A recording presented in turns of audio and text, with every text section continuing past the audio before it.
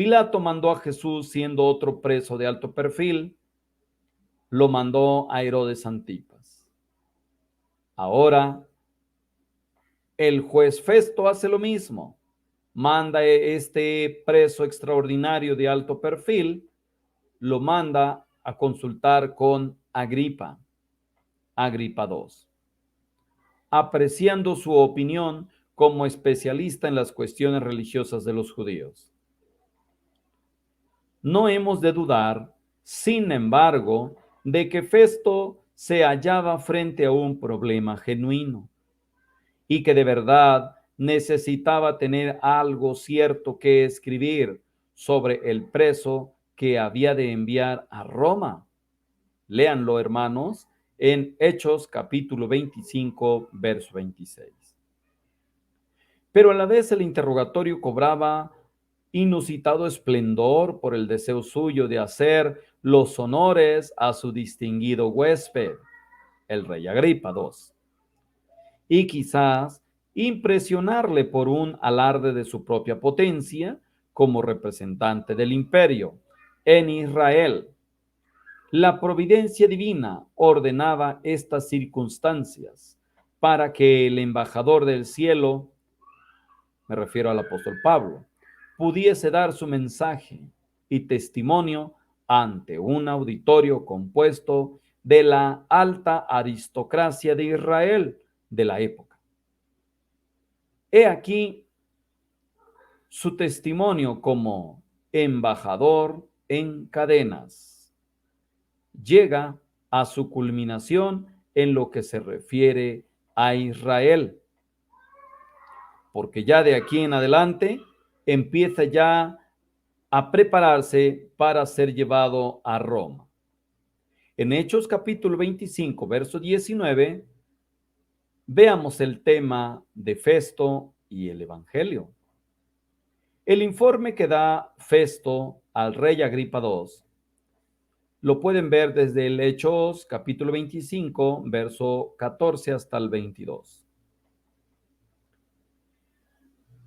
Este informe se reviste de bastante interés, pero no ofrece dificultad alguna, ya que resume la tramitación del caso de Pablo, apóstol de Dios y apóstol de Jesucristo, desde el momento de su llamamiento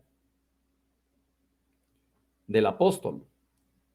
Veamos, no confundamos, seguimos hablando del rey Agripa II, quien se presentó ante Festo. Festo resume la tramitación del caso, toma toda la averiguación previa, todo el caso, todo el expediente del apóstol Pablo, desde su toma de posesión del cargo como gobernador y juez, tomó todo el proceso hasta la apelación a César, manifestando la tendencia de presentar el desarrollo de los acontecimientos en la luz más favorable a sí mismo, de forma parecida a la carta de Licias a Félix. Y subraya, pues su insistencia en mantener las formas legales, Hechos 25:16. Pero no menciona su propia vacilación cuando estaba dispuesto a volver a enviar a Pablo a Jerusalén. O sea que estaba bien comprometido para congraciarse con los judíos, el mandar al apóstol Pablo para ser juzgado en Jerusalén. Es una de las viejas maneras de poder congraciarse con los judíos. Lo que más nos interesa, hermanos, en este caso, lo que más nos interesa, sin embargo, lo que más nos interesa es lo que dice el versículo 19, que revela de una forma casi ingenua la reacción de un gentil culto, pero bien intencionado, de poca sensibilidad espiritual ante la proclamación por el apóstol Pablo del Cristo resucitado. Las acusaciones Decía, no enseñaban acción criminal, no les señalaban nada. En las acusaciones no había ninguna acción criminal señalada, sino que trataban de ciertas cuestiones acerca de temas religiosos, acerca de un cierto Jesús ya muerto, el que Pablo afirmaba que estaba vivo. Festo había comprendido que se trataba de una resurrección, pero la inmensa importancia del tema le fue escondida al Festo. Y la persona celestial que llenaba la visión de Pablo, apóstol de Jesucristo, no pasaba de ser un cierto Jesús ya muerto. Para Porcio Festo, quizás el otro gobernador que estuvo en lugar de él, llamado Pilato, había vislumbrado algo más que eso. Bien que cerraba sus ojos contra la luz por miedo a las pérdidas materiales si se rindiera ante los destellos de gloria que percibió. La situación cobraba gran interés para el rey Agripa II. Empapado como estaba de toda la cuestión judaica, además de ser conocedor de las escrituras del Antiguo Testamento, como el apóstol Pablo había de recordarle más tarde, tenía que haber oído mucho del ministerio de Jesucristo y de los acontecimientos que siguieron, o sea, su muerte y resurrección. El rumor acerca de la tumba vacía no le sería desconocido y muy probablemente habría tratado con algunos cristianos en otras ocasiones. Por ejemplo, se recuerda la relación que había entre Manaén y Herodes Antipas. Se puede leer en Hechos 13:1. Yo también quisiera oír a ese hombre, dijo. Y Festo se dispuso a complacerlo sin demora, ordenando el interrogatorio para el día siguiente. Vean que en persona nunca lo había tratado. En persona nunca lo había tratado Herodes. Pero él dijo, me interesa conocer a ese hombre. Entonces, ni tarde ni perezoso, podemos decir, el gobernador, el juzgador, complace inmediatamente a Herodes. Así tal como se ve en las imágenes anteriores. Veamos la posición que tenía, la posición legal ante estos tribunales, el tribunal judío y el romano. Además de Festo, esto lo van a leer en Hechos 25, verso 23 al 27, sobre el auditorio, la audiencia. Además de Festo y sus consejeros, el rey Agripa, Berenice y sus acompañantes fueron invitados. También los tribunos.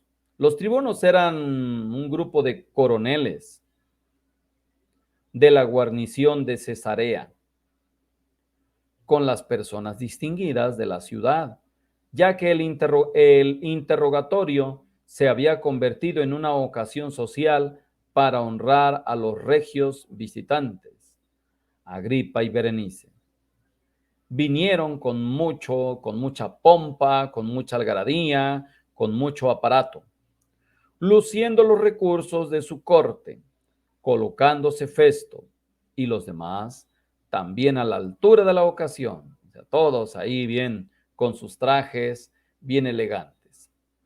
Pocas veces se habrá preparado un auditorio tan distinguido en lo humano y tan necesitado en lo espiritual para escuchar a un embajador del reino de los cielos, al embajador de Cristo en cadenas. Festo repite el motivo de convocar la asamblea para que se aclaren las acusaciones en contra del preso de alto perfil, así como el apóstol Nazón Joaquín García. Para que se aclararan todas las acusaciones en contra del preso en vista de su apelación al César. El perito ha de ser el rey Agripa, porque él era el especialista de las leyes judaicas. Ese sería el perito. Léanlo en Hechos 25 del 24 al 27. Y es quien dirige la palabra al apóstol Pablo, concediéndole permiso para formular su defensa. De ahí viene lo de apología, traducido defensa. Las consideraciones generales que hemos de ver sobre la apología, o sea, la apología, la defensa del apóstol Pablo ante su juez, Festo, gobernador. Hechos capítulo 26 del verso 1 al 23. Esta defensa no es algo improvisado, como lo que pronunció desde la escalera de la fortaleza de Antonia frente a los judíos, en el patio del templo. Hubo también para la meditación, y en esta ocasión el apóstol Pablo se acuerda de las lecciones de retórica que había recibido en la Universidad Gentil de Tarso, evitando las formas más populares del griego helenístico y llegando a una inusitada elegancia de expresión. Lucas, el hermano médico, que era el historiador, era el corresponsal de esa audiencia. Lucas, nuestro hermano médico, era un buen reportero, no era como el Chismeyás Alvarado de Univisión. No, el hermano Lucas era un reporterazo, un buen historiador, un buen cronista.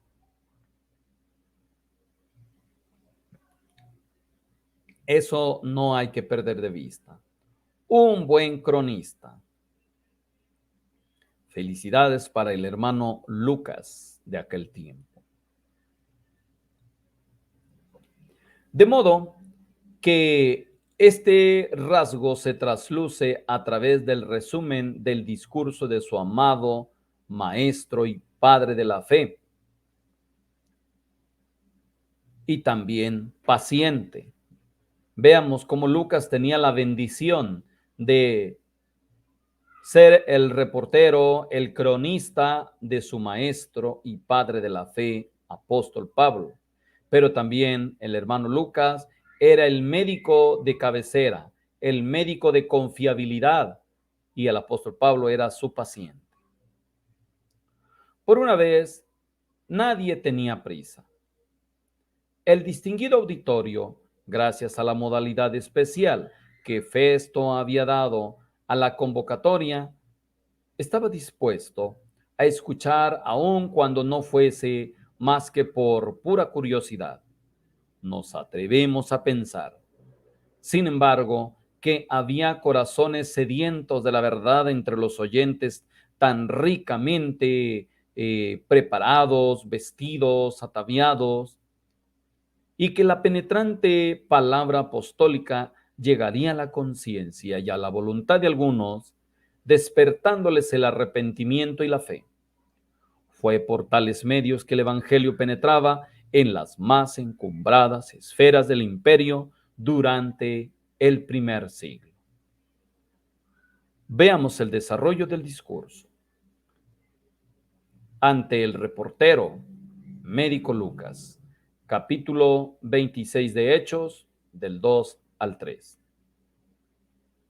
Aquí el lector recordará, cualquier hermano recordará lo que ya se dijo sobre esta introducción o exordio de discursos, de acusación. Cualquier hermano o hermana en diferente nación o continente Debe recordar lo que ya se ha dicho sobre la introducción del discurso de la acusación o de la defensa ante los procuradores romanos, que ya se leyó en el capítulo 24 de Hechos, verso del 2 al 10, en los que se buscaba agradar el oído y captar la simpatía del magistrado. Como siempre, el santo apóstol Pablo, padre de la fe, haya frases corteses que no se desvían ni un ápice de la más estricta verdad. Se consideraba afortunado por tener la oportunidad de hacer una justa defensa delante del rey Agripa, perito especialista de la ley judaica, y mayormente por saber que el monarca era judío por religión, conocedor de todas las costumbres nacionales, y además era un estudiante de las cuestiones que se discutían en la propia época contemporánea. Tras atinadas frases, pidió que el monarca, o sea, el Agripa, pidió que el monarca le escuchara con paciencia. No había prisa.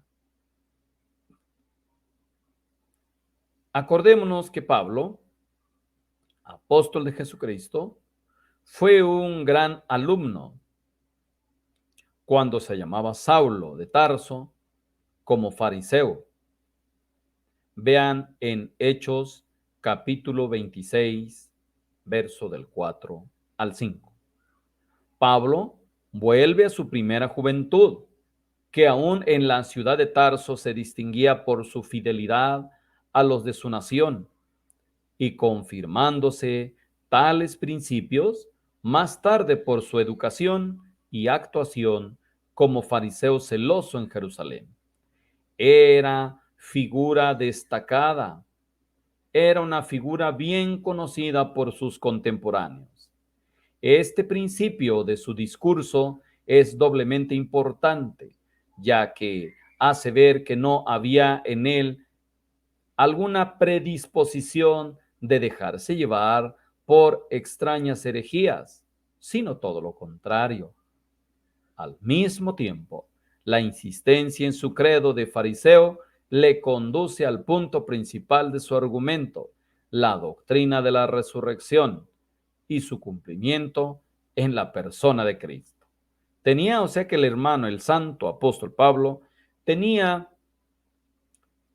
buenos argumentos para poder ir apuntalando su defensa sobre el tema de la resurrección cumplida en Jesús. Veamos sobre este apuntalamiento de la resurrección, la promesa, en Hechos 26, versos 6 al 8. Aquí, hermanos de la iglesia del Dios vivo, columna y apoyo de la verdad, la luz del mundo, meditemos bien las palabras del apóstol Pablo, pues nos prevén de la clave de su pensamiento y de su argumento. Él se considera como el heredero y el portavoz de la esperanza de la promesa que Dios hizo a nuestros padres. Veámoslo, o ya lo hemos leído, en Génesis capítulos del 12 al 15. Motivándose las acusaciones no por el abandono de la fe de sus padres, sino por mantenerla y proclamarla en su pureza, la forma de enlazar la promesa de Israel con la resurrección de los muertos. Es muy interesante, recordándonos el argumento del mismo apóstol en Romanos 4:16 al 25, donde veremos, tal es el caso del patriarca Abraham, ya que Abraham y Sara, progenitores de la nación escogida, siendo ya ancianos, no pudieron ver el cumplimiento de la promesa, aparte de la operación del Dios Todopoderoso que resucita a los muertos. Más tarde, el patriarca Isaac, el heredero elegido, fue extendido sobre el altar y de allí fue levantado por un proceso simbólico de resurrección. Léase en Hebreos capítulo 11, versos 17 y 19. Teóricamente los fariseos estarían de acuerdo con la doctrina de la resurrección, pero cuando la doctrina se hizo persona y llegó a su realización histórica en la resurrección de Cristo, los teóricos se unieron con los saduceos materialistas en negar la veracidad y el significado del hecho. Es el apóstol Pablo, pues, el llamado hereje, quien proclama la verdad, que era el principio vivificador de todo el testimonio de Israel. Y es ahí cuando se entabla una grande confusión, una grande división, que la estaremos pues resaltando en gran manera. Lean en Hechos 26, verso 7, el servicio de la nación. La historia de la nación de Israel es confusa, fracasando su testimonio en su parte externa. Pero el apóstol Pablo contempla al pueblo escogido desde el punto de vista de los designios del Dios omnipotente, del cual decimos del Dios de Abraham, del Dios de Isaac, Dios de Jacob, Dios de Pablo, apóstol, Dios de Aarón Joaquín, Samuel Joaquín y Nazón Joaquín García. Hablamos de este mismo Dios,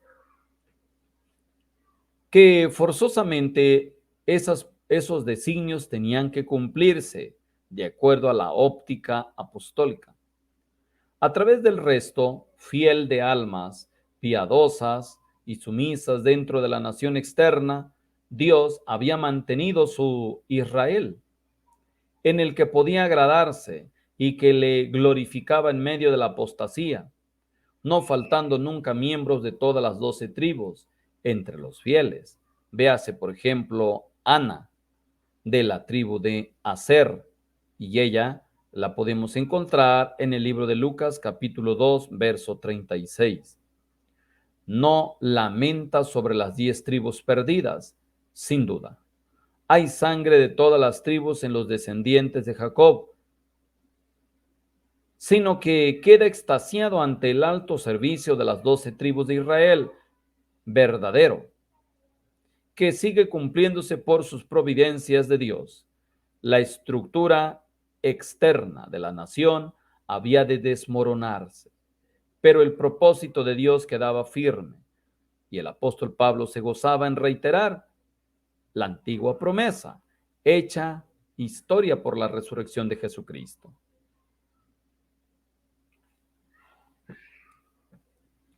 Ahora sí, lean en Hechos 26, del 9 al 11, sobre el aspecto perseguidor de Saulo, con la intención de hacer resaltar más dramáticamente la maravilla de su conversión y comisión por su encuentro con Cristo resucitado.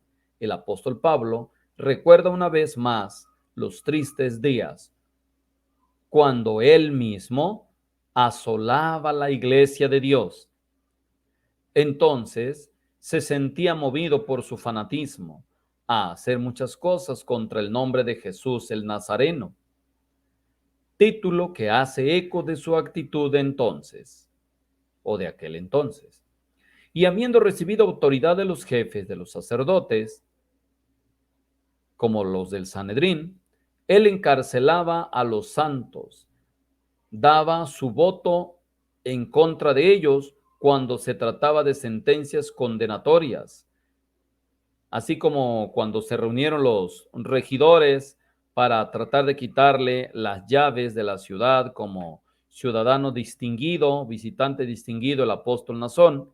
Así cuando unos decían voto a favor, voto a favor. Así también el apóstol Pablo, antes de ser llamado al ministerio, también él dio su voto para aprobarse las sentencias condenatorias, llegando a extender su actividad en todas las sinagogas de Jerusalén. Se le ve como el verdadero inspirador y guía de la nefanda obra de perseguir a los creyentes, procurando forzarles a blasfemar el precioso nombre de su Salvador. No contento con eso, su loco fanatismo le impulsó a buscar la autoridad de los jefes del judaísmo, con el fin de acosar a los creyentes en Jesús, aún entre las sinagogas del extranjero. Eso sí era, pues ya era, pues algo sumamente grave, porque los hermanos, aunque eran exiliados o ellos mismos cruzaban las fronteras al extranjero, pues hasta allá eran buscados. Este es un buen contraste dramático para tratar de persuadir a los oyentes en el tribunal. Este párrafo añade algunas pinceladas más al triste cuadro de aquel Saulo, el perseguidor. Pero el propósito del recuerdo es obvio, el de destacar el hecho de que cambió al célebre y fanático rabino en apóstol de Jesús el Nazareno. Ahí se destaca el hecho de que cambió al célebre y al fanático rabino en un apóstol. Entonces se contrasta este dramatismo. Después de ser un fanático que aborrecía al Maestro Jesús, se convierte de pronto en su discípulo, en su apóstol. Si no se tratara de un ataque de demencia, el acontecimiento tenía que ser forzosamente de gran interés e importancia, destacándose como una intervención divina de gran valor probatorio. Por estas referencias biográficas y por la insistencia en la promesa y la resurrección, el apóstol Pablo preparó muy bien su auditorio para escuchar el relato de su encuentro con el glorificado Jesucristo, como también el detalle, el hermoso y santo detalle de la comisión que de él resucitado recibió. La frase del versículo 10, donde dice, yo di mi voto, exige la deducción de que Saulo, el señor Saulo, era ya miembro del Sanedrín, pues de otra forma no se comprende qué voto podría dar contra los cristianos que comparecían como reos de muerte ante el Consejo Supremo a causa de su fe. Pero hemos de notar que no hay unanimidad entre los escriturarios sobre el significado de este voto. Se presume que era miembro del cuerpo colegiado de jueces, de juzgadores del Sanedrín. Veamos cómo intenta llevar paso a paso en su discurso en el tribunal. Les empieza a comentar sobre su conversión en el camino a Damasco. Los detalles de la historia. Es la tercera vez que leemos esta hermosa historia de la conversión de Saulo en los Hechos. Una vez narrada por el historiador Lucas y dos veces por el propio Saulo, ante la multitud de Jerusalén, y ahora ante este auditorio tan diferente, compuesto de gentiles en su mayor parte. Aparte, detalles, la historia es igual, pero podemos notar que solamente aquí aprendemos que todos los acompañantes de Saulo cayeron en tierra al ser rodeados de la luz. La frase proverbial, dura cosa te es dar coces contra el aguijón, el apóstol Pablo recuerda que el Cristo resucitado había percibido la lucha de que se libraba en su corazón. Aún en medio de su furia perseguidora, sin duda, el mensaje del diácono Esteban había producido un efecto profundo. A pesar de la determinación del joven fariseo de acallar la voz de la conciencia en aras de doctrinas que creía intangibles, todo agricultor en España, por lo menos, apreciará la fuerza gráfica de la metáfora y verá a Saulo esforzarse, cual un buey refractario por dar cosas inútiles contra el aguijón, sin querer entrar aún en el camino de la obediencia. Por eso lo hemos escuchado y también lo hemos leído personalmente en el precedente histórico bíblico. La gloria celestial la podemos ver en Hechos 26:13. Ahí podemos leerla. Al comentar la misma historia, según se halla en los capítulos 9 y 22, hemos hecho constar que la única luz que sobrepujaba la del sol a mediodía era la de la gloria de Dios, la gloria que llenaba el tabernáculo y el templo, y la que veía el sacerdote Ezequiel en sus simbólicas visiones, luz que señalaba la presencia de Dios. El hecho crucial para el apóstol Pablo, que quiere que comprendan sus distintos auditorios, es que él vio realmente a Jesús de Nazaret, rodeado de la gloria que era propia del Dios omnipotente del Antiguo Testamento. Y allí hace un parangón implícito entre su experiencia, la de varios profetas del Antiguo Testamento, que vieron manifestaciones de la gloria del Dios omnipotente, oyendo palabras que constituyeron su comisión. El acontecimiento que convirtió el fanático rabino Saulo en Pablo, el apóstol de Jesucristo, se expresa en términos comprensibles a todo aquel que hubiera leído los primeros capítulos de las profecías de Isaías, Jeremías y Ezequiel. Agripa comprendería el significado de toda enseguida, de forma rápida. O sea que el apóstol Pablo fue muy inteligente, muy hábil, muy estratégico para narrar su conversión, parte por parte, punto por punto, de manera que el rey Herodes no le quedara duda alguna. Agripa iba a comprender bien el significado de todo enseguida. Bien que Festo, el pagano romano, no percibía más que las palabras de un místico, de un iluminado, quizás por los dioses según la perspectiva de aquel gentil pagano romano. Veamos ahora cómo esto pues va creciendo, pues el interés va avanzando. Respecto a la comisión, podemos encontrarla en Hechos 26, 16 al 20. El resumen de varias comisiones.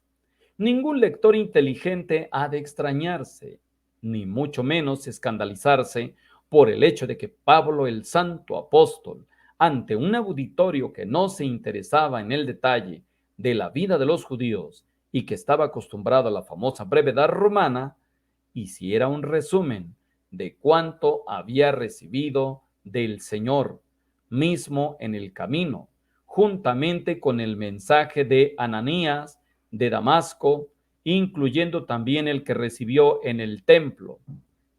Veamos en Hechos 22, 21.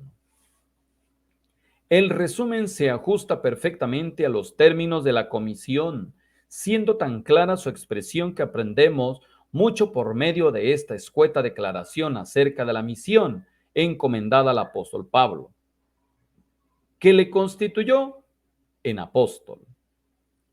en el sentido especial de la palabra. Uno que recibía comunicaciones reveladas de parte del Señor Jesús, que había de dar a conocer por medio de palabras inspiradas y autorizadas a los hombres como parte esencial de la fe que fue una vez para siempre dada a los santos. Esto se puede ver en el libro de Judas, capítulo 1, verso 3. De allí que nosotros debatimos, argumentamos con doctrina y lo hacemos para defender la fe que una vez fue dada. Cuando nos bautizamos, la confirmamos. Bien, la persona y la obra de siervo. Hechos 26, verso 16, 19, 22 y 17. Veamos. Sobre el mandato, levántate y ponte sobre tus pies. Hechos 26, 16.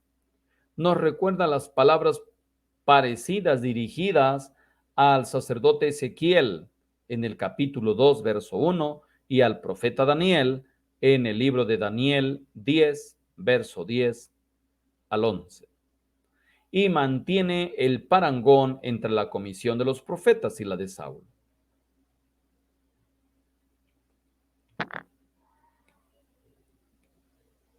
Veamos, vamos a dividir esto por números. Cada párrafo vamos a dividirlo por números. Número 1, o párrafo 1. El apóstol Pablo había de ser ministro y testigo de continuadas revelaciones. Hechos 26, 16. La palabra traducida ministro es uperetes en griego, uno de los muchos términos que denotan siervos o ministros en el Nuevo Testamento, señalando esta relación entre el siervo y su señor. Tanto uno le llaman uperetes, otros hiperetes, etc. O hipiretis. Saulo ya no tenía que buscar la autoridad de los principales, de los sacerdotes, porque en el Nuevo Testamento se estaba señalando la relación entre el siervo y su señor. Así que el apóstol Pablo ya tenía un señor, quien le autorizaba todos los oficios que él ministraría. Así que ya no necesitaba buscar a los principales sacerdotes, sino lo único que necesitaba era estar a las órdenes de Jesús glorificado. Sobre el término testigo, hemos escrito ya bastante y solo recalcamos aquí que Pablo no podía ser, pues así como lo vemos, no podía ser apóstol si no hubiera sido elegido por Dios ni ser llamado por Jesús. Al haber visto directamente al Señor, al personalmente escuchar su voz, la diferencia entre él y los 12 apóstoles que estos vieron en persona a Jesús. Eso se puede ver en Juan, primera carta de Juan, capítulo 1, del 1 al 3. Mientras que el apóstol Pablo tuvo su encuentro especial con el Señor ya glorificado. Ahí está la diferencia. Los 12 apóstoles, sin contar a Matías ni a Bernabé, ni al apóstol Aarón Joaquín, Samuel Joaquín y Nazón Joaquín. La diferencia es que los 12 lo vieron personalmente. Y aunque Matías también lo vio personalmente, pero no fue llamado en aquel tiempo cuando andaba en persona Jesús. Bien, ahí estaba la gran diferencia y que el apóstol Bernabé, Pablo, Aarón, Samuel y Nazón Han sido llamados y han visto a Cristo, pero ya glorificado, ya no en carne y hueso, como lo vieron los 12 discípulos al ser llamados a su ministerio apostólico.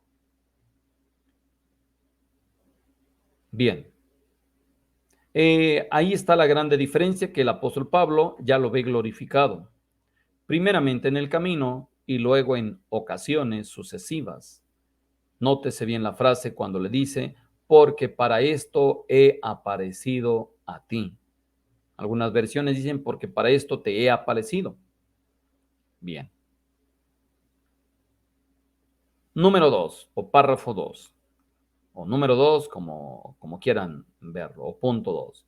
La obediencia de ese siervo de Dios. Hechos 26:19. En el camino, Saulo dejó de portarse como un buey obstinado pateando un aguijón. Dejó de portarse de esa manera, tirando coces contra el aguijón, para someterse a la voluntad de quien ya reconocía como el Mesías. Su testimonio dice, no fui desobediente a la visión celestial.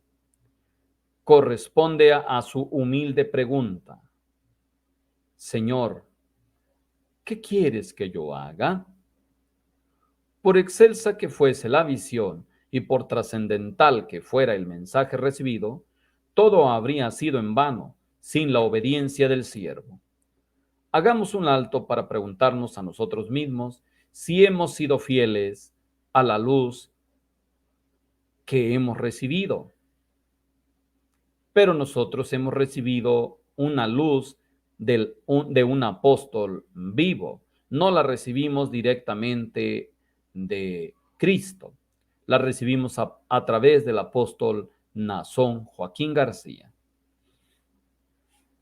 Pero el apóstol Pablo había recibido una luz directa, no mediante otro apóstol, directa de Jesús, a la cual él tenía que ser fiel, y lo era. Seguramente la visión ha sido clarísima, como las hermosas palabras que hemos escuchado del apóstol Nazón Joaquín. El punto número 3, podríamos señalarlo, sobre la protección y el socorro o conducta de siervo. Veamos en Hechos 26, 17 y 22. Al joven Jeremías, quien no comprendía cómo podría comunicar mensajes de fuerte condenación a los jefes de la nación, el Dios omnipotente de los patriarcas le declaró, yo te he puesto en este día como ciudad fortificada, como columna de hierro. Jeremías 1:18. De igual modo, da seguridades a Saulo al comisionarle para mensajes que habían de levantar contra él la furia de los judíos fanáticos y por fin la férrea oposición de Roma, librándote de tu pueblo y de los gentiles a quienes ahora te envío. Eso está escrito en Hechos 26, 17. La protección divina no había faltado, de modo que, ante los grandes de la tierra, el apóstol Pablo pudo dar su testimonio a la fidelidad de Dios, habiendo obtenido el auxilio de Dios. Persevero hasta el día de hoy, así lo dijo. Hechos 26, 22. La historia de Pablo nos hace ver, el santo apóstol, nos hace ver que la protección de Dios no significa un camino fácil para el siervo, sino que le garantiza el socorro divino en medio de las inevitables dificultades y tribulaciones. En el punto 3 podemos ver el punto 4, podemos ver diríamos, las comunicaciones o las revelaciones de parte de Jesús resucitado. Hechos 26, 16. Hemos hecho referencia a estas comunicaciones del cielo en el apartado, la persona y la obra del siervo, y solamente reiteramos aquí el gran principio. ¿Cómo predicarán si no fueran enviados? Romanos 10, verso 14 y 15. ¿Cómo predicarán si no fueran enviados? El apóstol Pablo predicaba porque era un enviado del Señor. El apóstol Nazón Joaquín García predica porque es un enviado. Fuera de él, ningún predicador tiene autoridad para predicar. ¿Puede hacerlo? Sí.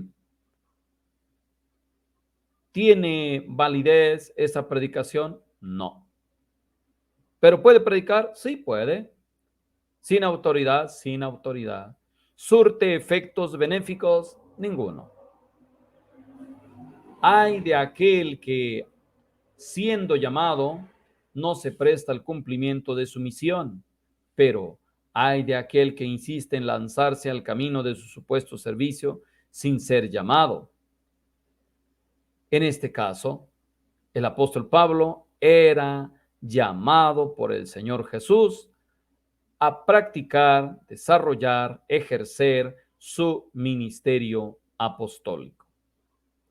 Así que estamos viendo cómo el apóstol Pablo tenía una vista muy clara para convencer a su auditorio que tenía ante el tribunal. Esto tampoco debemos de perder de vista. La esperanza de Israel que se realiza por la resurrección en Hechos 26-23. La comisión de Pablo se relacionaba con las grandes promesas que Dios había dado a los patriarcas y que solo podían cumplirse por medio de la resurrección, el principio de la vida que surge de la muerte por el poder del Dios que levanta a los muertos. Fue aprendido por Abraham en su día y llegar a ser la norma de todos los creyentes. Así es como el apóstol Pablo seguía persuadiendo al grado que llegó en un momento Herodes a comentar: por poco me persuades a ser cristiano. Y el varón de Dios le dijo, por poco o por mucho, debería de convertirse en cristiano.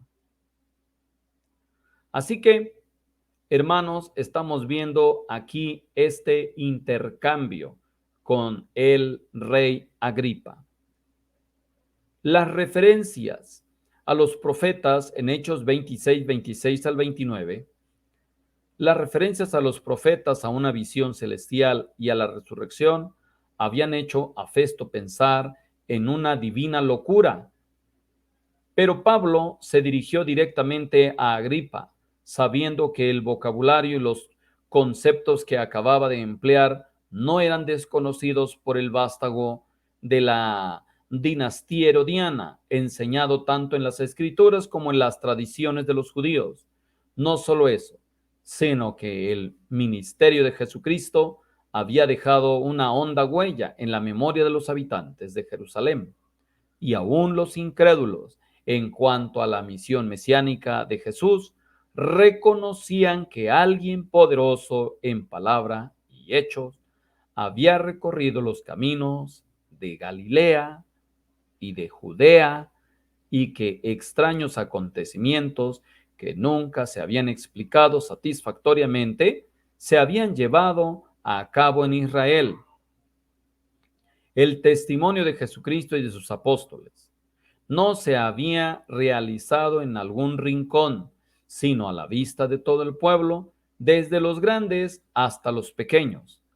Pablo volvió al gran punto crucial de la fe, el testimonio de los profetas y su cumplimiento en Cristo. La frase célebre: ¿crees, oh rey Agripa, a los profetas? Le dice: yo sé que crees.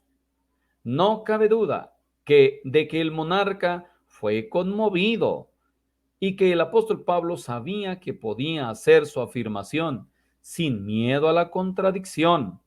Pero Agripa, comprendiendo que el mensaje de Cristo era incompatible con el judaísmo, quiso salvar su pobre prestigio por desviar la flecha derecha de la palabra ante los muchos que ya le miraban con interés. Dijo: por poco me persuades a ser cristiano. El apóstol Pablo probablemente se habría entristecido por el rechazamiento cínico del rey, pero con todo supo convertir la evasiva en ocasión para la magnífica confesión y llamamiento que dio a la sesión. O sea, fue muy inteligente el apóstol Pablo. O sea, a medida que el rey evadió, utilizó su misma evasiva para su confesión y llamamiento que dio fin a la audiencia, a la sesión. Dijo el apóstol Pablo: quisiera Dios que por poco o por mucho, no solo tú, sino también todos los que hoy me oyen, fueren hechos tales cual yo soy, excepto estas cadenas que tengo aquí en mis manos y en mis pies. Por los profetas se llegaba a Cristo, y en Cristo se hallaba el secreto de toda bendición. Pero para llegar a Cristo se necesitaban apóstoles.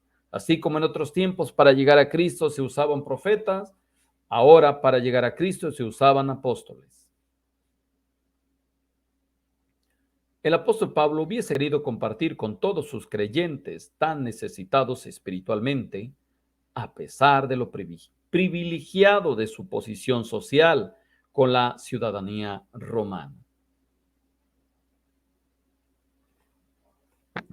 Entonces, hermanos de la Iglesia del Dios vivo, columna y apoyo a la verdad, quedamos pues asombrados ante la dignidad y el poder de este llamamiento apostólico, después de una defensa de su vida y ministerio que se había convertido en una magnífica presentación del Evangelio frente a la aristocracia del país.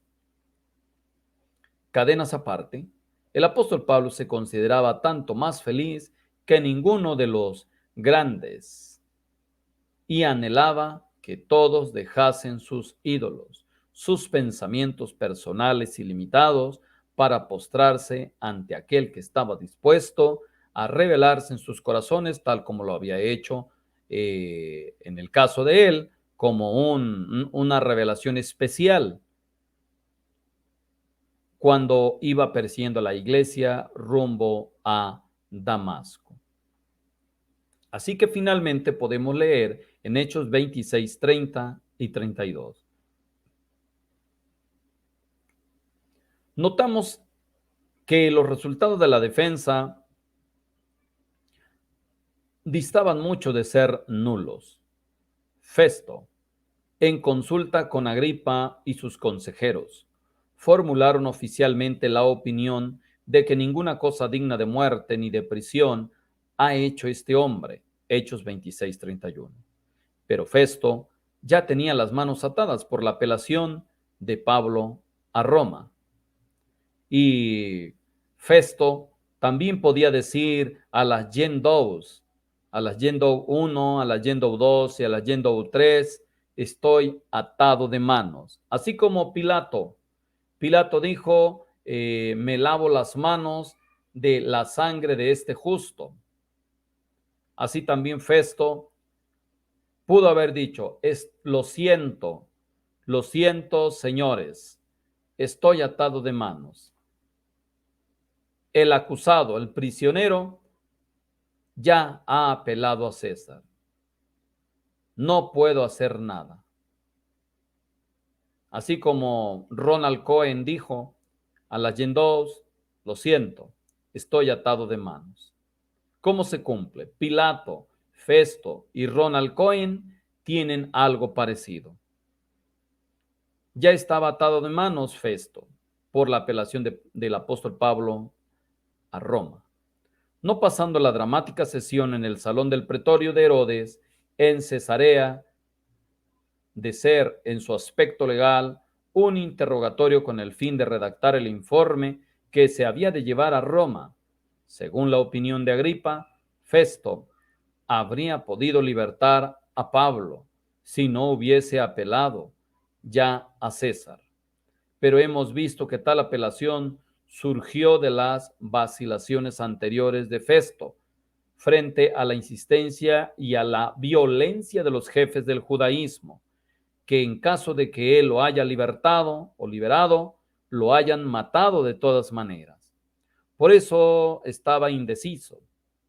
Y ante esa indecisión o vacilación de Festo, el apóstol Pablo se vio en la necesidad de tener un juicio justo, apelando a Nerón, con el título de César, apelando a Roma. La sentencia absolutoria se pronunció demasiado tarde para liberar a Pablo en Cesarea, pero sin duda influyó en su liberación después de su primer encarcelamiento en Roma. Pero después de ahí ya no se sabe nada. Después de todo esto, probablemente Lucas también habría muerto. No se sabe en la historia qué sucedió. Probablemente Lucas murió. Y ya no se supo. Recordemos que Lucas era el reportero en las audiencias del apóstol Pablo. Probablemente este tipo de soldados arrestarían al médico Lucas, al reportero, al cronista de la iglesia de Jesucristo de ese tiempo en la administración del apóstol Pablo. No se sabe más allá de lo que nosotros hemos leído en el libro de los Hechos. Así que, hermanos, esto es lo que les puedo narrar sobre la posición legal del apóstol Pablo. En otra ocasión veremos la posición legal o cómo se enfrentó ante las policías, cómo se enfrentó incluso a riesgos de muerte el apóstol Aarón, el apóstol Samuel Joaquín y hoy el apóstol Nazón Joaquín García. Hermanos, hasta aquí dejo esta narrativa de la posición legal del apóstol Pablo. Dios les bendiga, hermanos, Dios les pague. Discúlpenme que no pude poner en estas dos ocasiones de ayer y hoy, no pude poner sus comentarios porque ya tenía la historia de la posición legal de los apóstoles definida y me podría distraer con los comentarios, pero siempre serán bien vistos. Dios les pague a todos mis hermanos por su grande apoyo de diferentes maneras. Dios les bendiga.